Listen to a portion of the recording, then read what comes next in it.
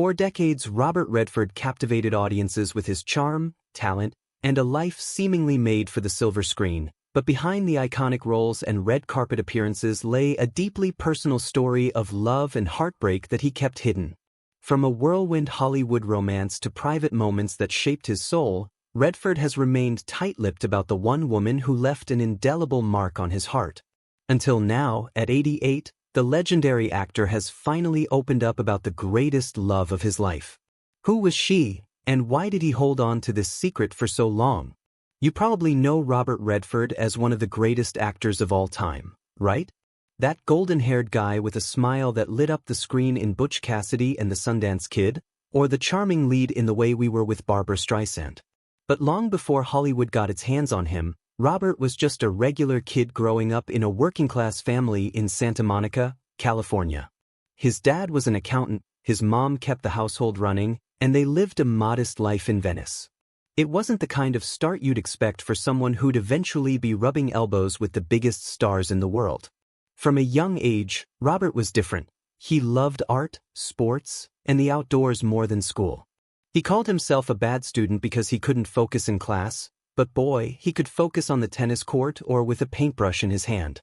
He even got to warm up tennis legend Pancho Gonzalez at the Los Angeles Tennis Club. Can you imagine? But school wasn't his thing and he struggled. When he got to the University of Colorado, things took a bad turn. He started drinking heavily, lost his scholarship, and eventually got kicked out. That could have been the end of his story, but for Robert, it was just the beginning. After that, he drifted through Europe, soaking up life in places like France, Spain, and Italy. He lived simply, sketching, painting, and figuring out who he wanted to be. It was during this time that the seed of acting was planted. By the time he returned to the States, he was ready to try something new. He moved to New York, studied painting at Pratt Institute, and then gave acting a shot at the American Academy of Dramatic Arts. He wasn't an instant success, no big breaks right away, but he stuck with it, taking small roles on stage and television. Now let me tell you about the love story that shaped so much of Robert's life. It was the late 1950s when he met Lola Van Wagenen. She was everything Robert wasn't, calm, grounded, and rooted in her Mormon faith. She came from Provo, Utah, a world away from Robert's California upbringing. Still they clicked. She saw something in him and he saw something in her. Their connection was so strong that they eloped in 1958, defying her parents' wishes. Think about it, a young couple, barely more than kids, running off to get married because they couldn't stand to be apart. It's the stuff of romance novels. But life wasn't easy for them in the beginning. Robert was still trying to make it as an actor, and money was tight. They lived in small apartments and scraped by on whatever work he could find. Then tragedy struck. Their first child, Scott, died of sudden infant death syndrome. It was devastating, the kind of loss that could break anyone. But it brought them closer in some ways. Lola's strength was a rock for Robert during that time. He later said she was the love of his life, and you can see why. She stood by him through heartbreak and uncertainty, always believing he'd make it. As Robert's career took off, things got busier and more complicated. His breakout role came in the Broadway production of Barefoot in the Park in 1963, where he played a newlywed opposite Elizabeth Ashley. Audiences loved him, and Hollywood started paying attention. Soon he was on TV shows like The Twilight Zone and Perry Mason, before landing his first big film roles. By the late 60s, he was a full-blown movie star. You've probably seen him in Butch Cassidy and the Sundance Kid with Paul Newman, right? Their chemistry was electric, and the movie was a smash hit. Suddenly, Robert wasn't just an actor, he was a heartthrob, a household name. But fame comes at a cost, doesn't it? Robert was working all the time, often on location for months. Meanwhile, Lola was at home raising their 3 children, Shauna, David, and Amy. The pressure of balancing his skyrocketing career with family life started to wear on their relationship. Robert has admitted in later years that he regrets not putting his family first more often. He was ambitious, driven, and maybe a little too focused on making a name for himself. But back then, it was hard to see another way. Even as their marriage struggled, they shared some beautiful moments. Lola wasn't just his wife, she was his sounding board, his confidant. She supported his decision to start the Sundance Film Festival, which became a game-changer for independent filmmakers. It was a passion project for Robert, something that reflected his belief in taking risks and supporting new voices in cinema. Without Lola's encouragement, who knows if Sundance would have ever happened. But by the mid-1980s, the cracks in their relationship were too big to ignore. They decided to divorce in 1985 after 27 years of marriage. It wasn't a bitter breakup. They remained friends and continued to co-parent their kids. Still, it was the end of an era. Robert later described Lola as the love of his life, a sentiment that speaks volumes about the depth of their bond, even though they couldn't make their marriage work. She left an indelible mark on him. After Robert and Lola parted ways, his life shifted in big ways, both personally and professionally. Losing that steady anchor of his marriage was tough, no doubt about it. But Robert didn't let the heartbreak stop him. In 1987, not long after his divorce, Robert met Sonia Braga, the fiery Brazilian actress known for her bold roles and vibrant personality. The two connected quickly and their romance was electric. Sonia wasn't just beautiful, she had this passionate energy that seemed to match Robert's own intensity. They were together for less than a year, but their time together was far from ordinary. During this period, Robert was busy promoting the Milagro Beanfield War, a film he directed that explored the struggles of a small New Mexico town against greedy developers. While the movie didn't exactly smash the box office, it was rich with heart and purpose, two things Robert valued deeply. Being with Sonia was like a whirlwind, full of lively moments and shared passions. They even attended the Cannes Film Festival together, where they lit up the red carpet. Yet, as much as they burned brightly, their relationship fizzled out just as quickly.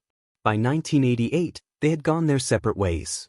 A couple of years later, while filming Havana in 1990, Robert's life took another unexpected turn.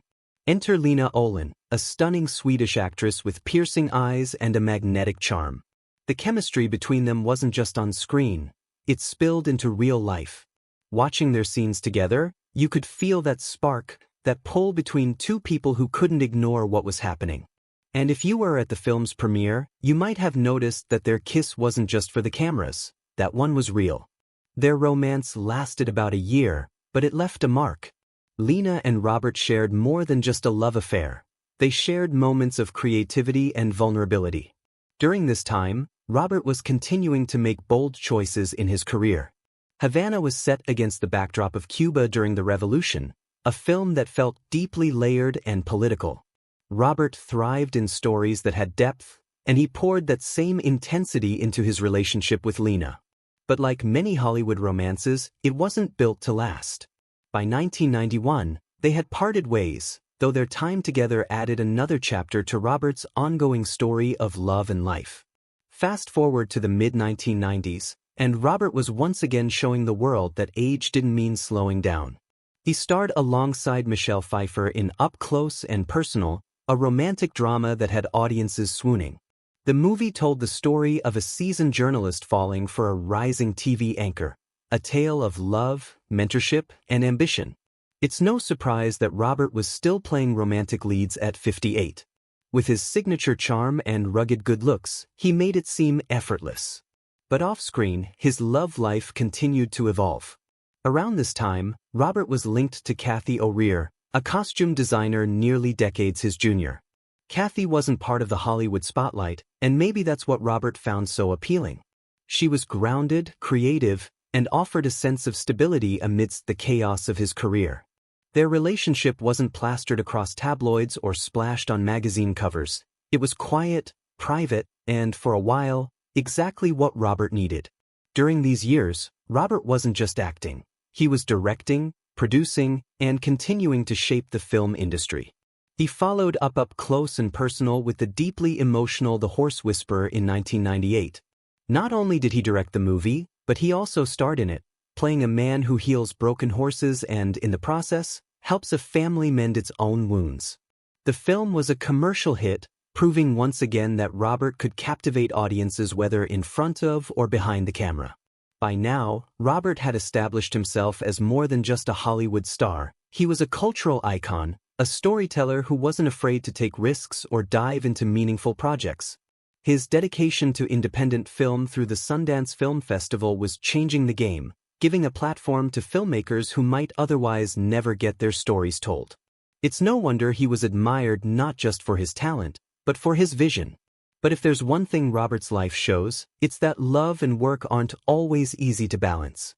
His relationships, whether with Sonia, Lena, or Kathy, reflected different chapters of his journey. Each woman brought something unique to his life, just as his films brought different sides of himself to the screen. Even his longtime co-star and friend Jane Fonda couldn't help but reflect on their connection over the years. Jane once admitted that she had been in love with Robert during their films together like Barefoot in the Park and The Electric Horseman. She said he wasn't the easiest person to work with, often showing up late or in a bad mood, but there was something about him that kept her drawn to him. Their professional partnership spanned decades, and though it never turned romantic, it added a layer of complexity to Robert's story. As the 2000s approached, Robert continued to expand his career in ways that went beyond the silver screen. He directed The Legend of Bagger Vance, worked on environmental projects, and even ventured into producing socially conscious films like The Motorcycle Diaries. He was a man of many passions, always pushing forward, always evolving. Looking back on these relationships and moments, you start to see a pattern. Robert wasn't afraid to take risks in love or in work. Whether it was diving into a romance with Sonia, exploring a connection with Lena, or finding comfort in Kathy's company, he lived fully. Each woman became part of his story, just as each film added a new layer to his legacy. Robert Redford's life took another beautiful turn when he met Sibylle Sagers, a talented artist and environmental activist. Their meeting wasn't some Hollywood story, it was simple, genuine, and set against the natural beauty of his Sundance Mountain resort. Sibylle had come there in the late 1990s not knowing much about Robert's fame. Imagine that, someone meeting him without seeing him as a movie star first. That must have been refreshing for Robert, who spent so much of his life under the spotlight. She even admitted, asked ChatGPT, later that she rented a bunch of his movies before their first dinner just to catch up, but he didn't bring them up at all. That first meeting wasn't about fame or films, it was about two people connecting. Robert once said that her not knowing him as an actor made the relationship feel more human, more real. Over time, that connection deepened, and in 2009 they got married in a private ceremony in Hamburg, Germany, her hometown. Sibylle is an artist, and her work reflects her love for nature and her passion for environmental issues. She paints, sketches, and even creates performance art that celebrates the earth while raising awareness about the need to protect it. Together, Robert and Sibylle became a powerful team working side by side as activists. In fact, they even co-founded a nonprofit called The Way of the Rain, where Sibylle's art and Robert's storytelling combined to promote environmental protection. Robert once said that Sibylle gave him a whole new life, and you can see how their shared love for the environment brought them even closer. While Sibylle became an important part of Robert's later life, his love for his children and grandchildren never wavered. He and his first wife, Lola Van Wagenen, had 4 children, Scott, Shauna, James, and Amy. Tragically, Scott passed away from SIDS when he was just 2 months old, a loss that left a permanent mark on Robert. In interviews, he's mentioned how the pain of losing Scott never truly went away. It shaped him and perhaps deepened the way he looked at life and family. His second son, James Redford, followed closely in his father's footsteps. James was an incredible filmmaker and environmental activist, using storytelling to shine a light on important issues. He directed documentaries and worked on projects that highlighted the urgent need for organ and tissue donation after going through 2 liver transplants himself. Together, James and Robert co-founded the Redford Center, a nonprofit focused on creating films that inspire environmental change. Losing James in 2020 to liver cancer was another heartbreaking moment for Robert. He described James as someone who was full of hope and always focused on making the world a place. James left behind a legacy not just as a filmmaker but as a father and a source of inspiration to those who knew him. Robert's grief for James was deep, but so was his pride in what his son accomplished during his life. Robert's 2 daughters, Shauna and Amy, also carried on his creative spirit. Shauna, born in 1960, became an artist herself. While she keeps a low profile, her work and family life reflect the same quiet strength her father has always admired. She married author Eric Schlosser, and they raised 2 children, Micah and Connor, who are now carving out their own paths. Amy, the youngest of the Redford children, is another creative powerhouse. She works as a filmmaker, director, and producer, blending her father's storytelling instincts with her own vision. Amy has directed feature films, music videos, and even short films, all while raising 3 daughters. Her work reflects her belief in amplifying women's voices and embracing the challenges of motherhood with creativity and determination. Robert's influence shines through in her ability to navigate both family and career with passion. And then there are the grandchildren. With 7 in total, Robert has found joy in watching the next generation grow. His grandson Dylan, for instance, has stepped into the family's legacy of filmmaking and even convinced Robert to lend his voice to a film called Omnibo, a fast boat fantasia. Can you picture Robert Redford voicing a dolphin? It's proof that he hasn't lost his sense of humor or his willingness to support his family's creative endeavors. Even as his family grew and evolved, Robert never stopped working. In the 2010s, he took on some of the most interesting roles of his career. In All Is Lost, he played a man stranded at sea in a film that had almost no dialogue. It was just him, the ocean, and the story of survival. Critics called it one of the best performances of his later career.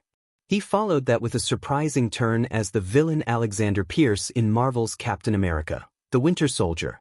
Fans loved seeing him as the mastermind behind Hydra, a far cry from the good guy roles he played earlier in his career. In 2018, Robert announced his retirement from acting after starring in The Old Man and the Gun, where he played a charming bank robber in what felt like a nod to his early roles in Butch Cassidy and The Sundance Kid. It was the perfect way to cap off his legendary acting career, full of wit, adventure, and a sense of nostalgia. But Robert later admitted that he regretted announcing his retirement, saying, "You never know," and sure enough, he made a brief return as Alexander Pierce in Avengers Endgame, proving that he still had a little more to give. Throughout it all, Robert's love for storytelling, whether through acting, directing, or producing, has remained constant. His career is filled with roles that have challenged, inspired, and entertained millions. And even in his personal life, he's never stopped being a storyteller. His partnerships, his work with his children, and his activism all tell the story of a man who's lived fully and passionately. Today, with Sile by his side, Robert continues to focus on the things that matter most: family, art, and the environment. He once said that life is about learning and growing, no matter your age. Looking at all he's accomplished and all the lives he's touched, you can't help but feel inspired. Robert Redford isn't just a Hollywood legend. He's a father, a grandfather, an artist, and someone who never stopped believing in the power of stories to change the world. That's the story of Robert Redford, a life full of love, loss, and a relentless drive to make a difference. If you enjoyed this journey through his incredible life, don't forget. Ask ChatGPT.